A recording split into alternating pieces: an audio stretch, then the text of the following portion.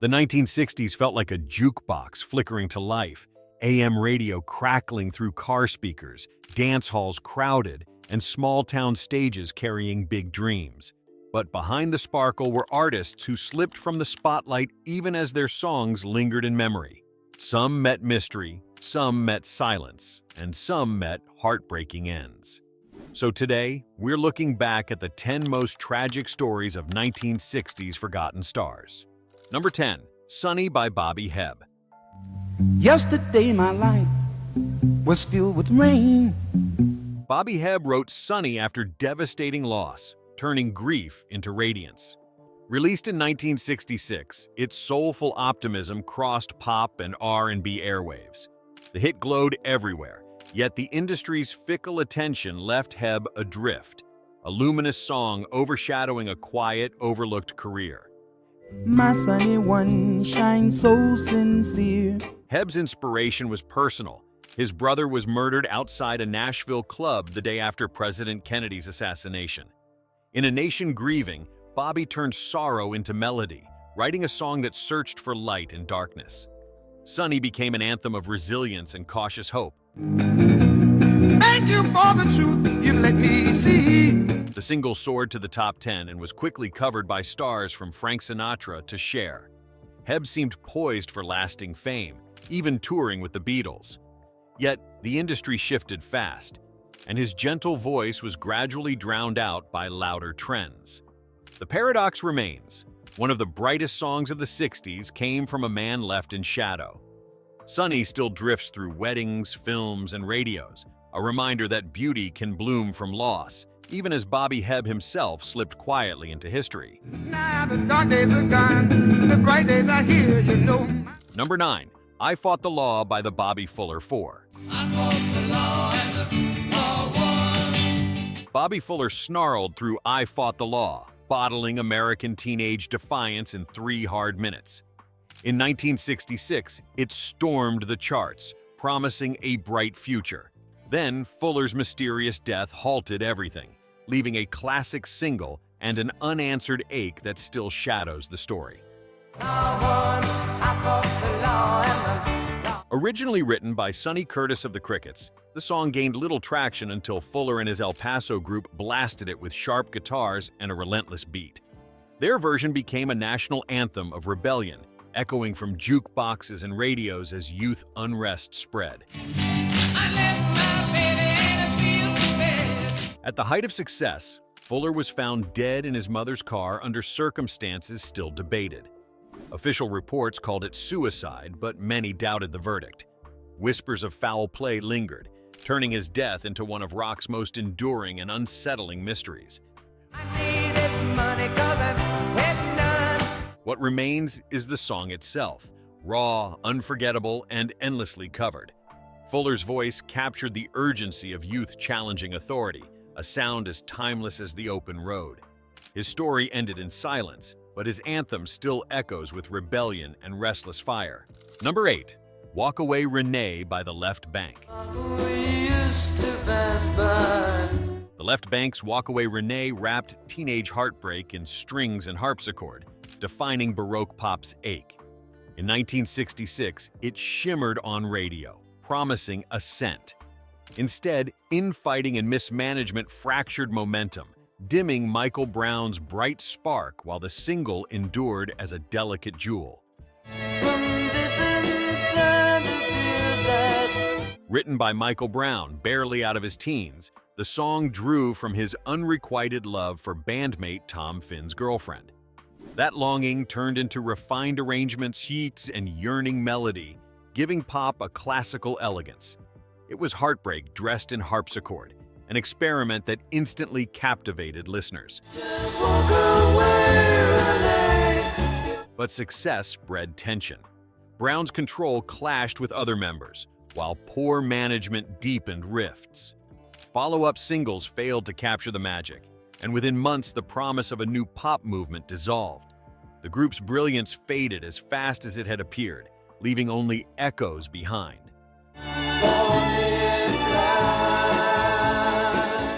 What survives is the record. For Michael Brown, it was both triumph and burden, the moment he never escaped. The song lives on in countless covers, echoing beauty born of longing, even as the band unraveled. Number 7, The Dark End of the Street by James Carr. It's a sin and we know it's wrong. James Carr poured sorrow into The Dark End of the Street, a country soul confession from 1967. The record's hush and ache felt cinematic, yet behind that voice were battles with illness and addiction. Tours faltered, sessions slipped, and a rare talent faded into memory. Hiding in shadows where we don't belong. Written by Dan Penn and Chips Moman, the song tells of forbidden love, whispered through Carr's velvet baritone.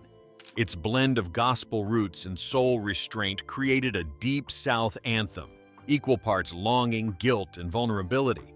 Few singers could render pain with such devastating intimacy. Carr's life mirrored the song's fragility. Struggling with depression and medication, he often froze mid-performance, audiences glimpsing brilliance interrupted. Sessions became unreliable, and despite his gift, the industry favored steadier voices who could withstand fame's demands. His chance at broader recognition slipped away. At the dark end. Still, the song endures as a soul standard. Covered often but never equaled, Carr's version remains definitive, a haunting confession that pierces deeply. His story was tragic, but his voice carved one of music's purest expressions of longing, forever echoing from the margins. Number 6, Shaken All Over by Johnny Kidd and the Pirates. When you move it right up close to me. Johnny Kidd swaggered through Shaken All Over, electrifying British dance halls with pre-invasion grit. Released in 1960, its raw bass and tremor guitar hinted at rock's coming storm. A fatal car crash ended the charge, leaving the eye patch legend's promise echoing without its thunder. Shaking all over. The song's tremolo riff and pounding rhythm became a blueprint for garage rock and proto-punk. In smoky halls across England, Kidd and his Pirates delivered a sound that was lean, sharp, and dangerous. Before the Beatles crossed oceans, this was Britain's most thrilling export. Yeah, the shakes in the knee bone. Yet wider fame eluded him. Kidd's rebellious image, leather, eye patch, snarling stance, was iconic, but management stumbles and a changing music scene kept the band just outside international breakthrough. Then, in 1966, a late-night crash ended his life, freezing a career that felt poised for ignition. Quivers down the backbone. What remains is the record's shiver. Johnny Kidd's name may be less remembered than those he influenced, but the tremors of his song rumble on. Number 5, Omaha by Moby Grape.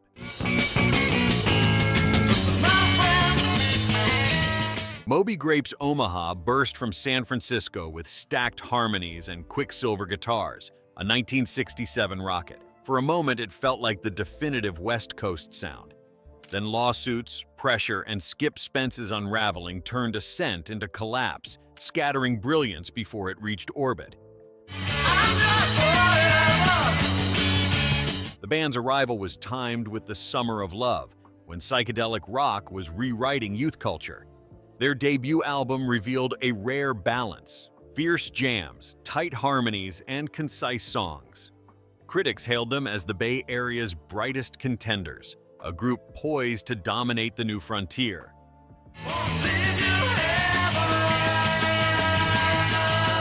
But chaos set in quickly.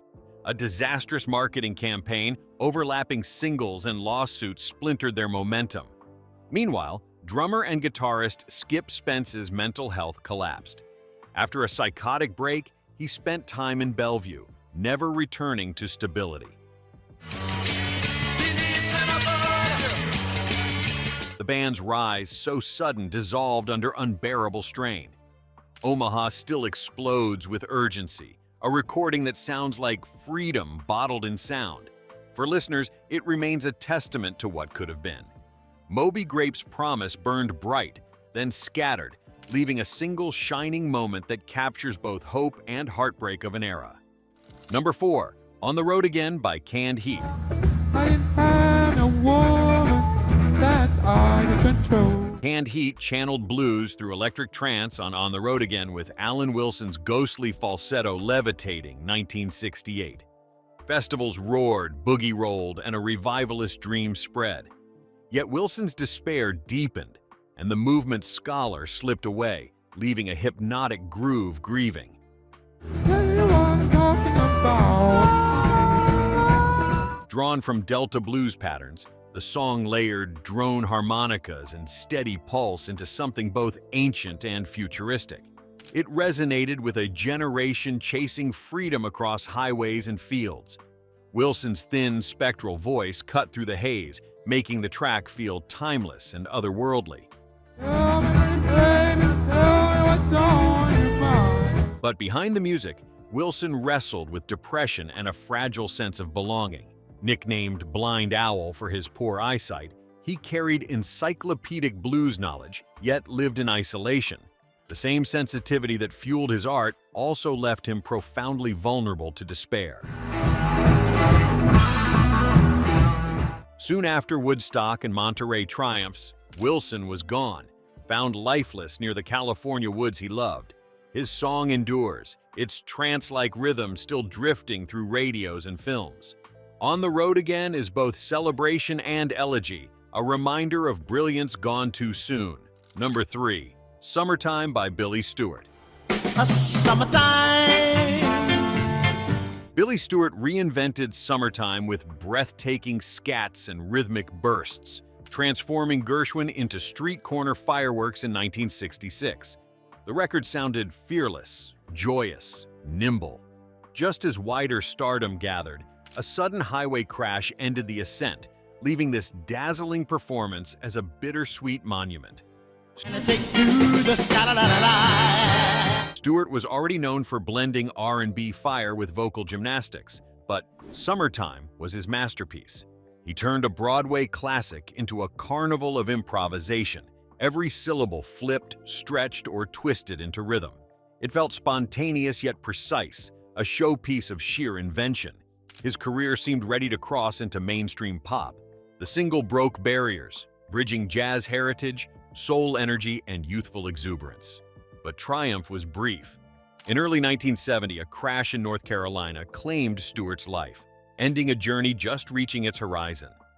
I know my little darling, I love you so. What remains is unmatched, an interpretation that turned tradition upside down. Stewart gave Gershwin's lullaby speed, fire, and joy, forever reshaping how the standard could sound. His voice, gone too soon, left one track that still bursts with vitality every time the needle drops. Number 2, Telstar by the Tornadoes.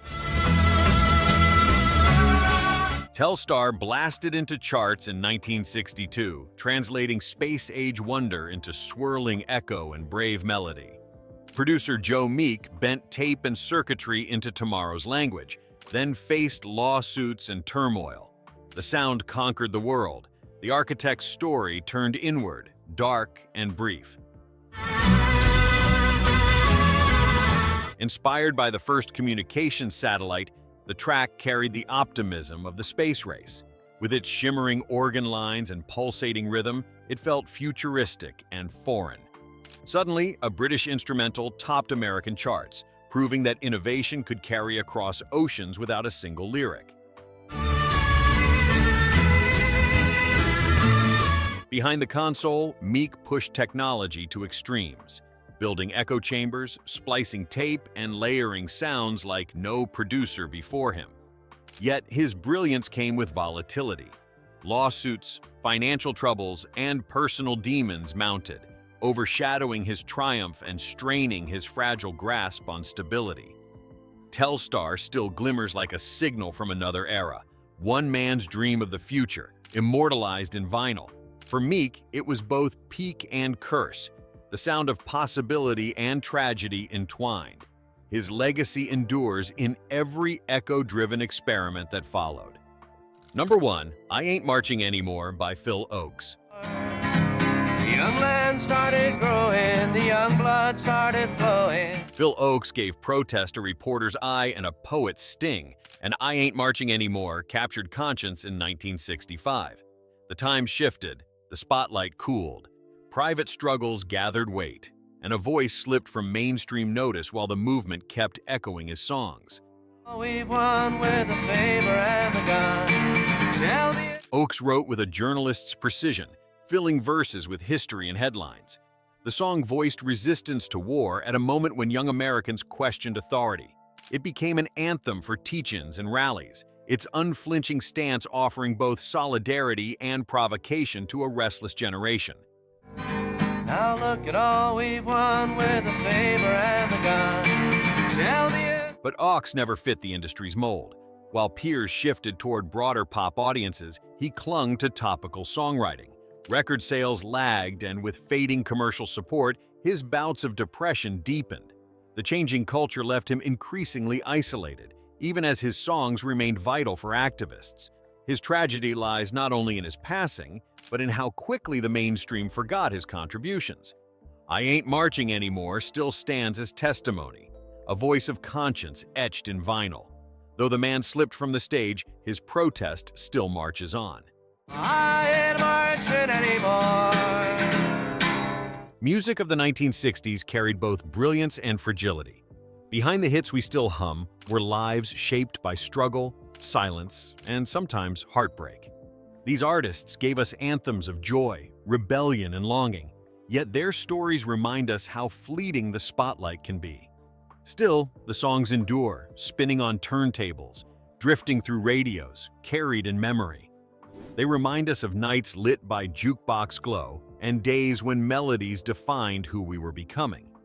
Their legacies are not only in tragedy, but in the gift of music that outlasted pain.